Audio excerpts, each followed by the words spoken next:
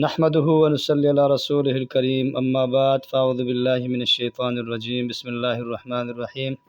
محترم دوستو، آج بہت ہی اہم اور لاجواب وظیفہ آپ کے خدمت میں پیش کر رہے ہیں۔